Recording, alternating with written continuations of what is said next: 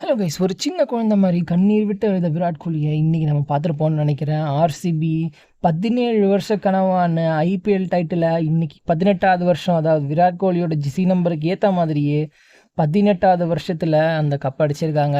அடித்தது என்னமோ ஒரு 190 ரன் தான், பட் அதை டிஃபெண்ட் பண்ணுறாங்களா பண்ண மாட்டாங்களான்னு எல்லாருமே எதிர்பார்த்துட்டு இருந்தோம்.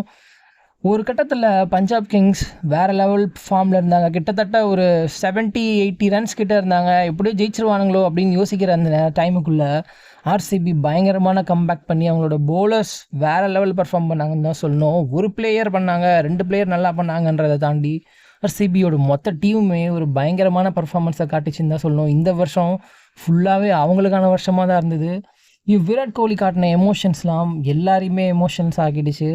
பத்தாவதுக்கு ஃபேன்ஸ் என்ஜாய் பண்ணால் பரவாயில்ல, ஏபி டிவிலியர்ஸ், கிறிஸ் கெயில் முதற்கொண்டு எல்லாரும் வந்து வெயிட் பண்ணிகிட்டு இருந்தாங்க. என் விராட் கோலியே வர சொல்கிறாரு, ஏபி டிவிலியர்ஸ் எங்களோட பல வருஷம் ஆடினார், அவருக்காக தான் நாங்கள் வெயிட் பண்ணோம் அப்படின்ற மாதிரி. இந்த சீசன் அவரை பார்த்தே ஆகணும்னு நான் நினச்சேன் அப்படின்ற மாதிரிலாம் சொல்லிட்டு இருந்தார்.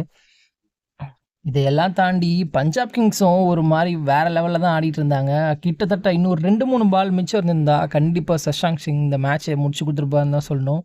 பட் ஃபைனலி குர்னால் பாண்டியா முதற்கொண்டு எல்லாருமே பயங்கரமாக பர்ஃபார்ம் பண்ணி ஆர்சிபிக்கு தன்னோட முதல் டைட்டிலை வாங்கி கொடுத்துருக்காங்க. இது வெறும் ஆரம்பம் தான், அடுத்தடுத்த சீசனில் பொறுத்திருந்து பார்ப்போம். ஆனால் இந்த வருஷம் ஈசாலா கப் நமதே.